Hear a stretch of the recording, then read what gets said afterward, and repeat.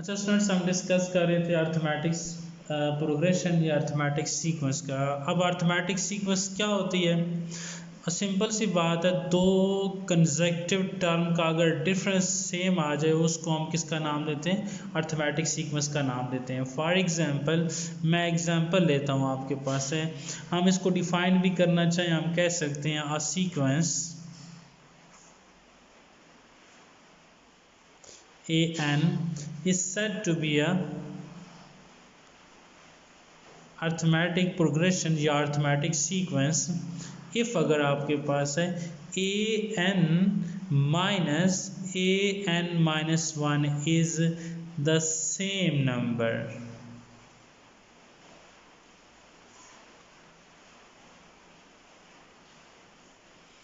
for all n belong to the natural numbers। अच्छा जी, ये हमने इसको डिफाइन किया है कि आपके पास a sequence A N set to be arithmetic progression if A N minus, इससे मुराद ये कि आपके पास दो कंसेक्यूटिव टर्म्स का अगर डिफरेंस निकाला जाए तो वो हमारे पास क्या आना चाहिए? सेम आना चाहिए। एग्जांपल ले लेते हैं जी। फॉर एग्जांपल कैसे कि मेरे पास एक नंबर लिखता हूँ 2 है, 4 है, 6, 8 and up to so on. अब देखिए 4 में से कंसेक्यूटिव टर्म है, 2 एंड 4 कंसेक्यूटिव है, 4 एंड 6 कंसेक्यूटिव है, 6 और 8 कंसेक्यूटिव है। इन सब का डिफरेंस चेक करते हैं जी। 4 में से 2 निकालते हैं जी, कितना आता है जी? हमारे पास 2 आता है। अब देखें जी, नेक्स्ट है 6 में से 4 निकालें फिर भी 2 आता है। नेक्स्ट अगर निकाला जाए 8 में से 6 निकालें फिर भी। अब ये देखिए आपके पास डिफरेंस जो है वो सेम आता जा रहा है। इसका मतलब ये हुआ, ये जो आपके पास सीक्वेंस है, इस सीक्वेंस को हम किसका नाम देंगे? अर्थमेटिक सीक्वेंस का नाम दिया जाएगा। ठीक है।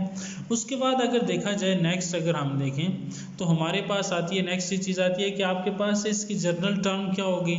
अब इसको सॉल्व कैसे किया जा रहा है? सो मैं यहाँ पे क्या काम करता हूँ, जनरल टर्म लिखता हूँ जी। जनरल टर्म का फॉर्मूला होता है जी AN plus A1 plus N-1 into D के बराबर। ये हमारे पास आती है अर्थमेटिक सीक्वेंस की जनरल टर्म आती है AN is equal to A1 plus N-1 into D. इसको बार बार हम यूज़ करेंगे। This a basic general form of arithmetic sequence. ठीक है, इसको मैं लिख भी देता हूँ। ये मेरे पास क्या कहलाती है? अर्थमेटिक सीक्वेंस की जनरल फॉर्म होती है AN is equal to A1 plus N-1 into D के बराबर। ठीक है।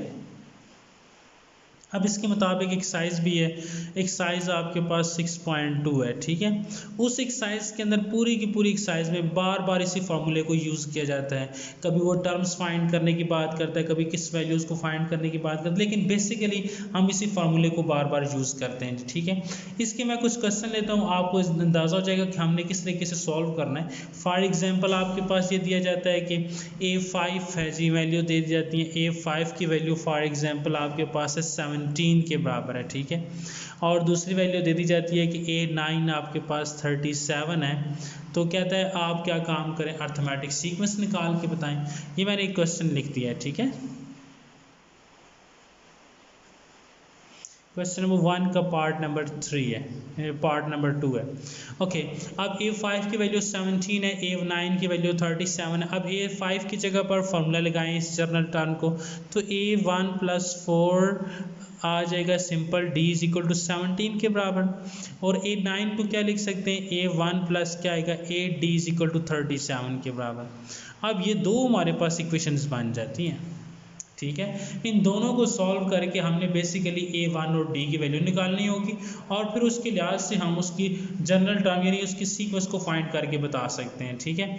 मैं सपोज इन दोनों को सॉल्व करता हूँ। मैं लिखता हूँ जी A1 plus 4D is equal to 17, और इसको लिखता हूँ A1 plus 8D is equal to 37। इन दोनों को आपस में ऐड कर माइनस करते हैं जी। ठीक है। माइनस करेंगे, साइन क्या हो जाएंगे? चेंज। ये दोनों आपस में कैंसिल हो जाएंगे। ये आ जाएगा -4D आ जाएगा। ये 37 में से निकालें तो ये -20 आ जाएगा। ठीक है। तो D की वैल्यू सॉल्व करें, -20 और -4 के बराबर, और D की वैल्यू हमारे पास आती है 5। ठीक है। आप इसी वैल्यूज़ को किसी एक में पुट कर सकते हैं। मैं इसी में फर्स्ट में पुट कर देता हूँ, तो A1 + 4 × 5 आ जाएगा = 17 के बराबर। सो A1 + 20 = 17 के बराबर। सो A1 = 17 - 20। सो A1 = क्या आ जाएगा -3। ये आपके पास दोनों वैल्यूज़ मिल गई हैं, A1 भी मिल गया, D भी। इस तरह के बहुत से क्वेश्चन है जिनमें हमने बेसिकली जो 6.2 एक्सरसाइज उसमें ज़्यादातर हमने यही काम करना है बार बार कि आपके पास जनरल वैल्यूज़ दी जाएंगी, वहाँ से हम A1 और D को निकाल के फिर आगे सॉल्व कर देंगे जाएंगे, ठीक है। अब इसने कहा है कि आप इस क्या करें, सीक्वेंस मालूम करें। सीक्वेंस के लिए आपके पास 3-4 टर्म्स का होना ज़रूरी है, ठीक है।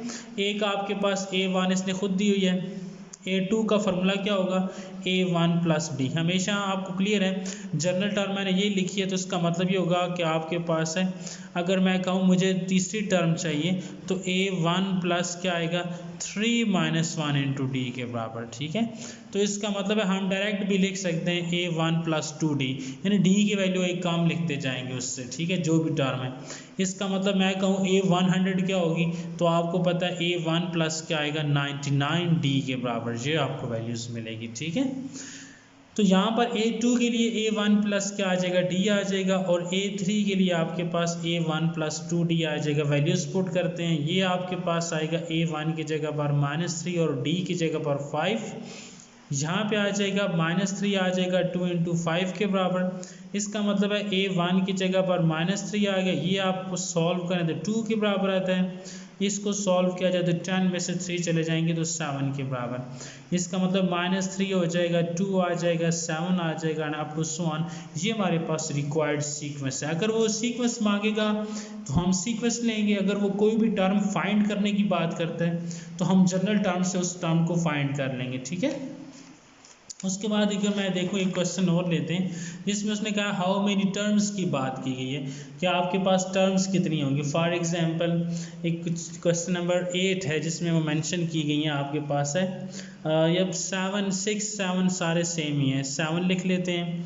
क्या आपके पास which term of the arithmetic progression -2 है, फिर उसके बाद 4 दिया गया है, और फिर आपके पास 10 है आपके पास, and up to so on is 148 number, ठीक है। कहता है which term of the arithmetic progression, ये बताएं कि आपके पास 148 जो है ये हकीकत में ये कौन सी टर्म है आपके पास सीक्वेंस के अंदर 148 जो है वो कौन सी टर्म है। तो इसका मतलब क्या होगा कि हम सबसे पहले क्या काम करेंगे कि आपके पास A1 की वैल्यू रखूँगा -3 के बराबर।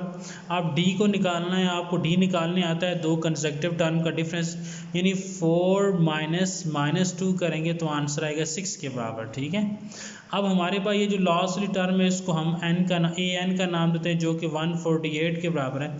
अब जनरल टर्म का फॉर्मूला होता है AN = A1 + n - 1 × D के बराबर। सो AN की जगह पर वैल्यूज़ पुट करते हैं जी। AN की जगह पर आएगा 148 आएगा, A1 की जगह पर -3 आएगा, और n आपने फाइंड करना है, n - 1 × D की जगह पर 6 आ जाएगा, ठीक है।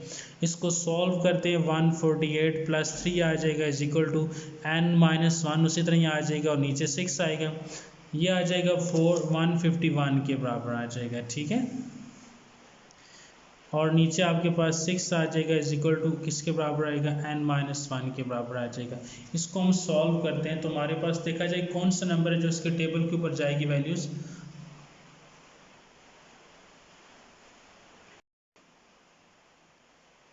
अच्छा स्टूडेंट्स, मैं ये बता रहा था कि आपके पास इस वैल्यू में हमने A1 की जगह पर क्या लिखा हुआ है, ये 2 आता है, ठीक है। सो आगे सॉल्व कर रहे थे, यहाँ पे 2 आ जाएगा, इसको लेके जाएं उधर तो ये प्लस हो जाएगा, ये 150 हो जाएगा। इसको ज़रा डिवाइड करते हैं आपस में अगर डिवाइड किया जाए तो ये मेरे पास आएगा 61 एंड 6 2s are 12 आ जाएगा, 3 इधर आ जाएगा तो 6 5s are 30। तो यानी n - 1 = 25 के बराबर, और n की वैल्यू क्या आ जाएगी 26 के बराबर। इस तरह हर क्वेश्चन के अंदर हमने वैल्यूज़ को फाइंड कर लेना होगा, ठीक है। यहाँ पर हमारे पास 6.2 जो कंप्लीट होती है। 6.3 में हमारे पास क्या चीज़ है कि आपके पास अर्थमेटिक मीन क्या है, अर्थमेटिक मीन को किस तरीके से अप्लाई किया जाएगा, ठीक है।